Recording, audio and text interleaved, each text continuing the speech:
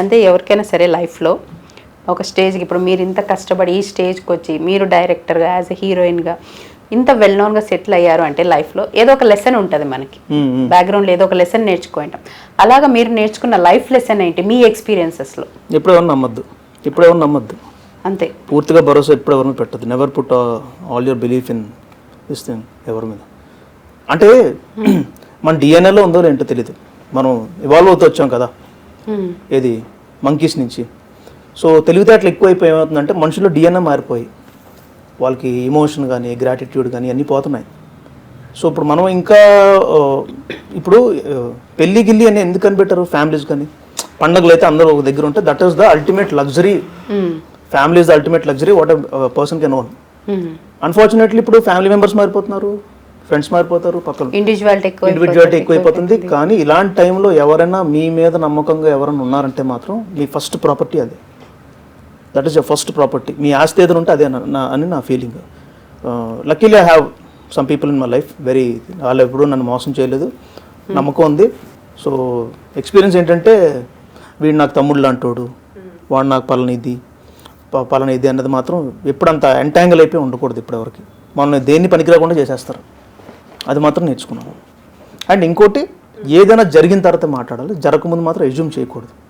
And ఇప్పుడు cinema నాకు నిజంగా తెలుస్తుంది, థియేటర్లో కూర్చున్నప్పుడు ఆడియన్స్ ఏ విజన్తో చూస్తాడు, ఎక్కడ సౌండ్ బాగుంటుంది, ఎక్కడ ఎంజాయ్ చేస్తున్నాడు. బట్ ఇప్పుడు సడన్గా అది ఇప్పుడు చాలా రిస్క్ చేసి రిలీజ్ చేస్తున్నాం.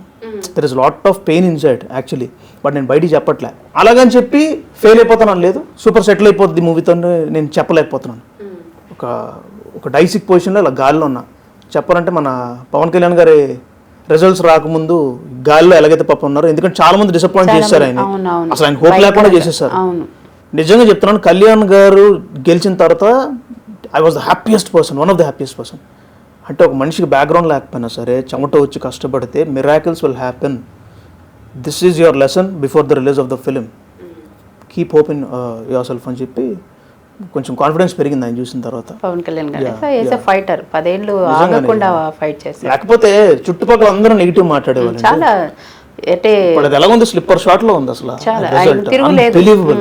అలాంటి మిరాకిల్ ఒక్కటి జరిగితే లైఫ్ లో మనం నమ్ముకుందండి చాలండి, అంతకుమించి ఏం అక్కర్లే. ఆయన కష్టమే ఇంత మిరాకిల్ కి రీజన్ అంటే ఎవరు లేరు ఇంకా. అంటే మీరు అన్నట్టుగా ఇప్పుడు ఎందుకంటున్నానంటే ఆయన పార్టీలో ఆయనతో పాటు నడిచిన వాళ్ళు ఎవరు పెద్దవాళ్ళు లేరు, ఆయన తప్ప. సింగిల్ పర్సనే మాట్లాడాడు. అందరూ అనేవాళ్ళు కదా, సింగిల్ గానే వస్తున్నాడు, పైన స్టేజ్ మీద కూర్చున్న ఒకడే ఉంటున్నాడు, ఎవరున్నారు తోడు,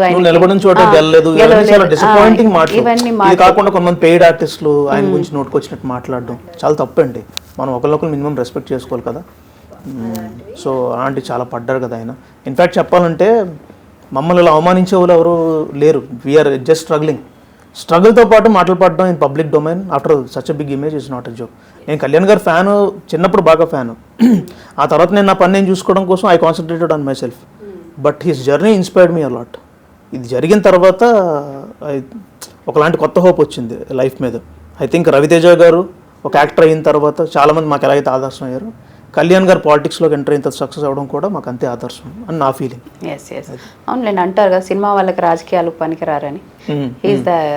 త్రికరణ శుద్ధి అండి, దేనికైనా త్రికరణ శుద్ధి ఉంటే అన్ని జరుగుతాయి. మీరు నమ్మేది అయితే మీ లైఫ్ లెసన్ అయితే పేషెన్స్ ఇస్ వెరీ ఇంపార్టెంట్. అది చాలా ఇంపార్టెంట్. ఎంతకాలం ఉన్నది ఒక్కోసారి మనకి ఏదో ఒక టైంలోనో, లేకపోతే మీరు ఉన్నారు చక్కగా బాగా మాట్లాడుతున్నారు, నాకు మాట్లాడబుద్ధి వేసి నేను ఉంటున్నాను, ఇంత ఇంటర్వ్యూ నాకు నచ్చలేదు, ఏదేదో మాట్లాడుతున్నారు, that is not my context. నేను వాళ్ళు తప్పు పట్టను, నాకు నచ్చలేదు, నేను వెళ్ళిపోయాను.